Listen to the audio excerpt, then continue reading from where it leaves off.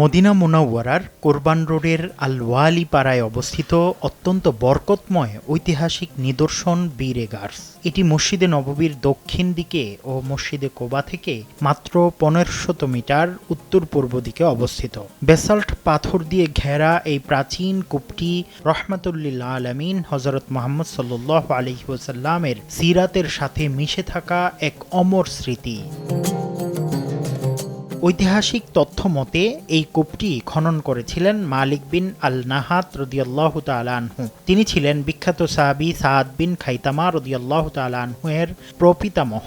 নবীজি সাল্লাল্লাহু আলাইহি ওয়াসাল্লাম যখন মক্কা থেকে মদিনায় হিজরত করে আসেন, তখন তিনি এই সাদ বিন খাইতামা রাদিয়াল্লাহু তাআলা আনহু এর ঘরেই অবস্থান করেছিলেন। সেই সময় থেকেই এই কূপটির মালিকানা ও রক্ষণাবেক্ষণের সাথে সাহাবীদের গভীর যোগসূত্র তৈরি হয়। ট্রু 700 ppm আকিশ বসির গ্লাস কেনার আগে দেখে নিলেই জিতবেন।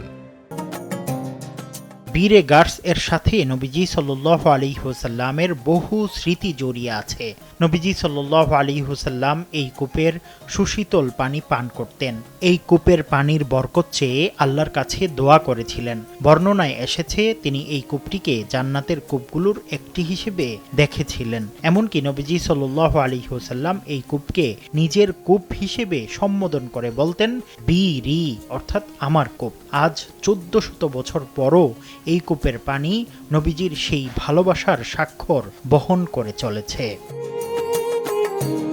এই কূপের মাহাত্ম্য সবচেয়ে বেশি ফুটে ওঠে নবীজি সাল্লাল্লাহু আলাইহি ওয়াসাল্লামের ইন্তেকালের সময়ের এক ওসিয়তের মাধ্যমে। তিনি হযরত আলী রাদিয়াল্লাহু তাআলা আনহুকে ওসিয়ত করেছিলেন তার ইন্তেকালের পর যেন এই বীরে গার্স থেকে তোলা ৭ মশক পানি দিয়ে তাকে গোসল দেয়া হয়। নবীজির সেই পবিত্র ইচ্ছা অনুযায়ী এই কূপের পানি দিয়েই তার অন্তিম গোসল সম্পন্ন হয়েছিল।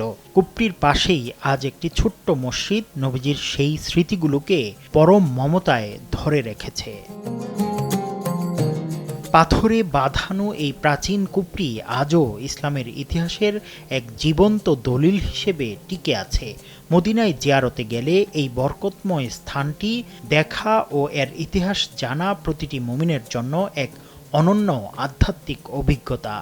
আল্লাহ আমাদের সবাইকে নবীজি সাল্লাল্লাহু আলাইহি ওয়াসাল্লামের স্মৃতিধন্য এই স্থানগুলো জিয়ারতের তৌফিক দান করুন, আমিন। মুফতি আব্দুল্লাহ তামিম, সময় সংবাদ, সৌদি আরব।